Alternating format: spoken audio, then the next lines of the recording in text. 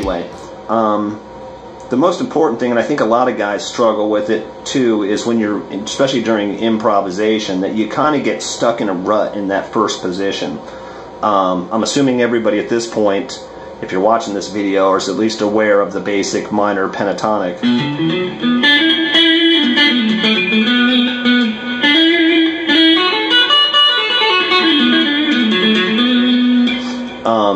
At this point. So in that first position, it's real easy to get, like I said, stuck in a rut, improvising, and getting stuck in that first position. So, and I'm sure everybody, and just like myself, when you see those pentatonics and they have a really cool ring to their tone, as opposed to just straight major, you know.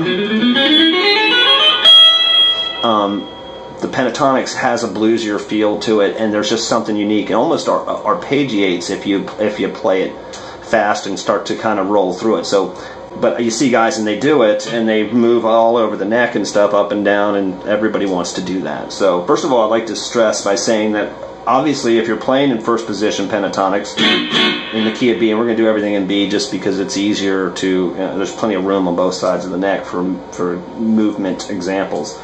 But the most important thing is because there is, if you're still relatively new to learning the pentatonic scale, most guitar players, but I'm going to go over some stuff. Some of it's kind of common knowledge, and if you know it, just sit through it, and we're going to work on some other stuff that might help you out. But obviously with first position pentatonic, there's some other stuff in there, that a straight that can actually beef up your first position without necessarily walking all over the neck. Some of those things are obviously the lower extension. So you have your first position pentatonic, down here sliding down 2 frets below it. The other one is the high extension. So just 2 frets above it.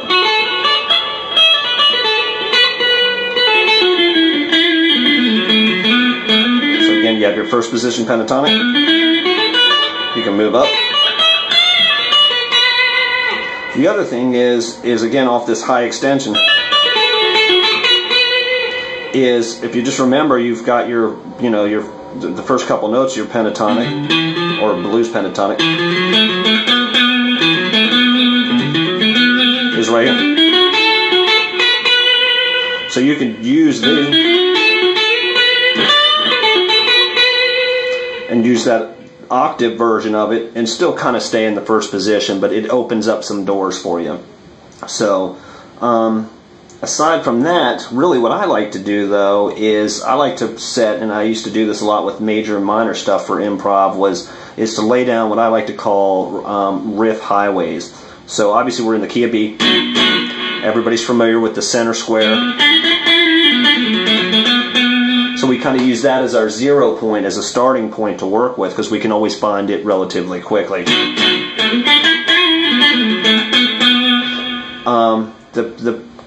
The visual pattern, or the riff highway that I like to visualize on a guitar neck, and that helps me map out everything, is basing out of the center square is a square, a rectangle, and a square. And that's off the key we're in. Obviously if you're in A, rectangle, some open strings, square.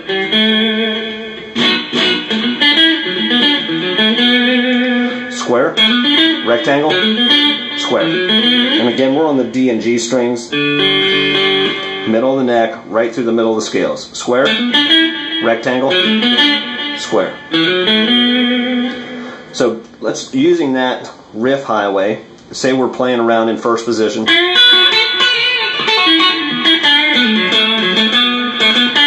Slide into down the riff highway.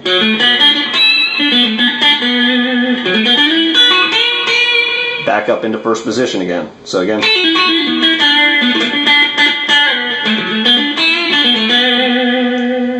So again we're done. That's going down the highway, 2 exits there.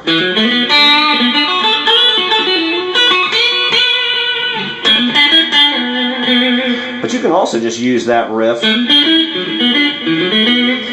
those notes anyway. It doesn't necessarily have to be a particular riff. It's the structure of the notes, so you can rearrange them any way you want to.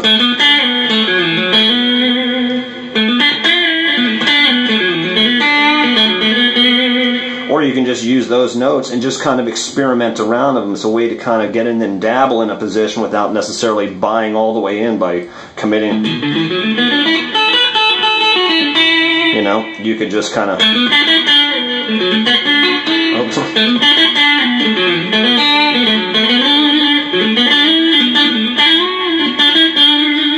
Or you could just use those notes only.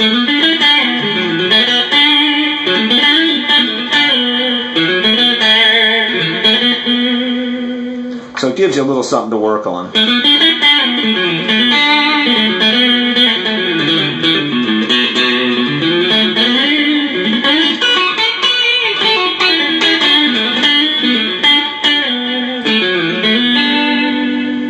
So you can see, again, all that stuff is based off of square, rectangle, square.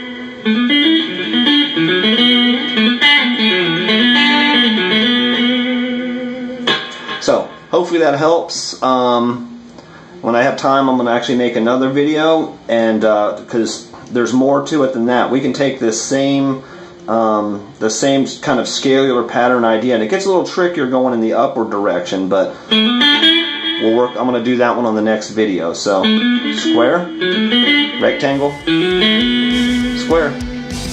Thanks guys, hope that helps you guys out.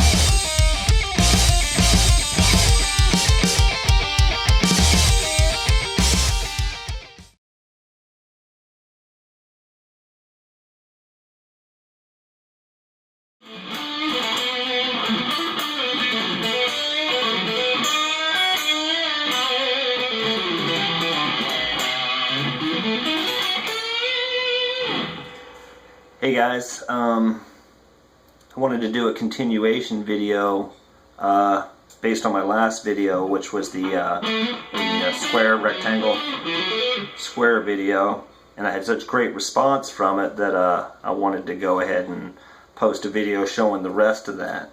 Hopefully anybody who didn't see the first video, I'll make sure to put a comment down below in the comment box that link into the old video, so you can watch that one first.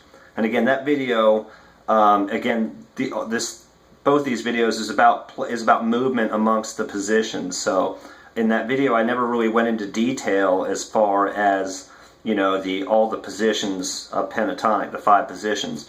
But that stuff's easy to Google, so I'm not going to sit here and make a video showing you stuff that there's literally infinite amounts of knowledge on the internet. But you should learn those. You should learn each position in its form, you know, all the way up and down, so that way when you do learn how to get from position to position without necessarily just scaling it, you know, each position, that this will make a lot more sense and be a lot more useful to you. But even if you don't know those, knowing this should help you. But anyway, in the first video, we talked about the square, rectangle, and square. And of those shapes, there's 2 shapes there, obviously. The square shape, 2 fret difference, and the rectangle shape, 3 fret difference. So we basically have learned two shapes, the rectangle and the square. We're going to work on a couple of new shapes that kind of mix in there. And the first one is what I call minor shape. Okay, it's a minor box, and it basically looks a lot like almost like a mix between the rectangle, which you got a three gap spread. We're going to do this all in the key of B, just like the last video. And that shape basically looks like this. It's got a 3 fret spread, and again we're on the middle strings, D and G, middle of the neck still, just like the last video.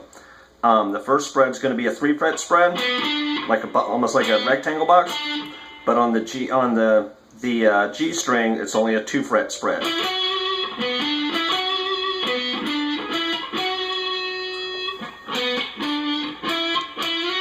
So we have 9, 12, 9, and 11.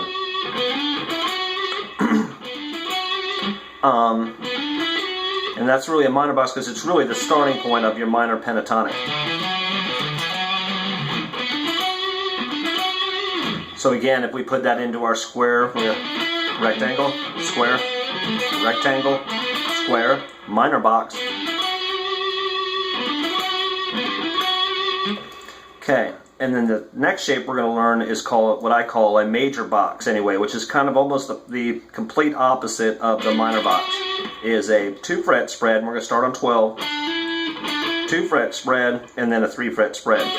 And these two lock together, you'll see the way they kind of form together into a perfect match. They almost like they link together.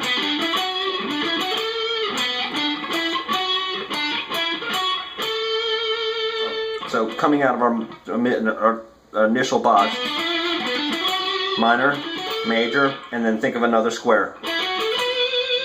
And that's basically is this. Just like the end of our chain before.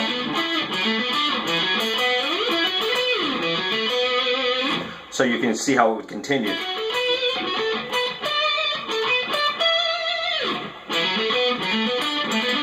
And you can do that just and use that exact same riff to generate, to move into each position and then play around with it. So it might be a good example.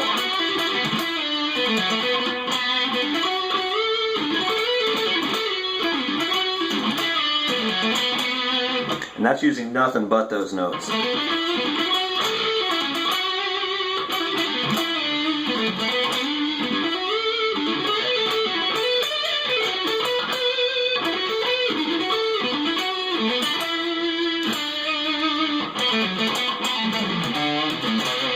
So again, using the same exact kind of concept, we're just scaling up the same way we're down. So our riff highway is going going upwards instead of downwards. So the cool thing about that, though, is it's cooler than just that one, what we're using it for. But if you look in there, you really have two unique structures in it. The square is not a unique structure because we got two of them. So the unique structures in there are rectangle, and then that minor major combination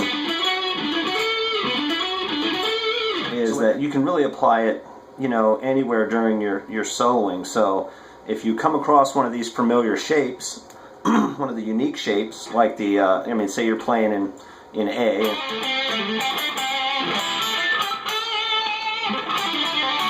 so we know we got a rectangle right there. So we know right off the bat, there's our square, rectangle, square. And we can start to kind of get a visual right off of that, just off of that one geolocation point that we recognize the rectangle, and we can see the rest of it. We know if we're playing, we got a square here, and we got to have a minor, a major, a square, back up, we're up to the octave. And that's applying just the same things that we learned in A would be.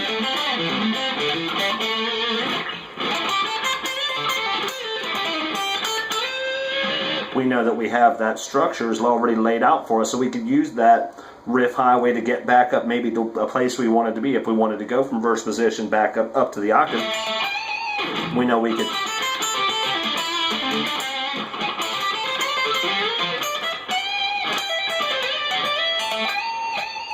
That was a little sloppy, but you can kind of see the idea that we follow that same pattern all the way up.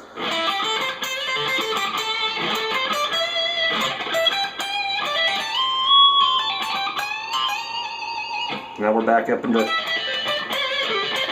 Now we're into the first position. The same thing. There's our riff highway, the octave.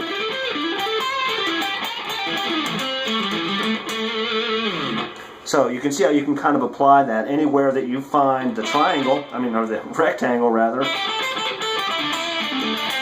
If we come across that in the pentatonics, then we know right off the bat, hey, there's a tag point for us. We know where we can kind of scale out from there. If you just remember the sequence of the box shapes, just by recognizing the point.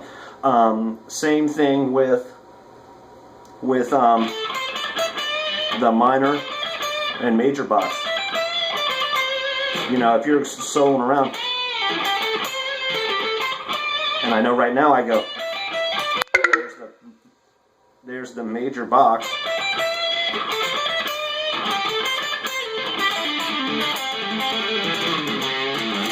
I can use that same riff downward, knowing that as soon as I get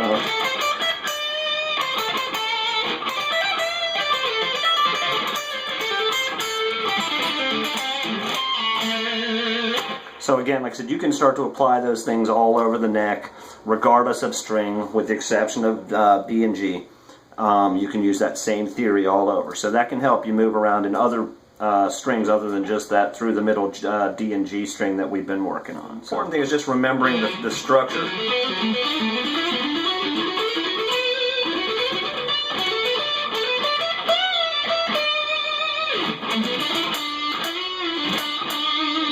So hopefully that stuff helps you guys out, and you know, like I said, I'm learning like everybody else is. So you know, the more I learn, you know, the more I'll be happy to post these videos, and as long as if it's helping somebody, I sure don't mind doing it. So anyway, thank you to all my brothers and sisters in the GPC. I appreciate you guys listening to the video, and let me know what you guys think. So appreciate you guys. Good luck.